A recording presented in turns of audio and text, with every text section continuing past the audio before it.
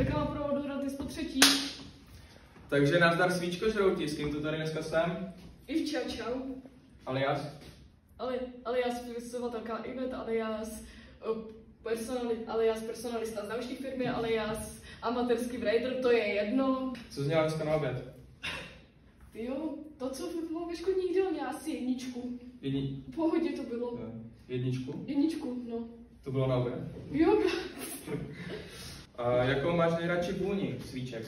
Jo, tak to má je to pestrý, záleží tak, jak to je, že ale mám ráda takové výrazné vůně a tak větší. A když se blíží Vánoce, tak i takové vánoční, například perníčky, horké jabko a tak dále, toho je.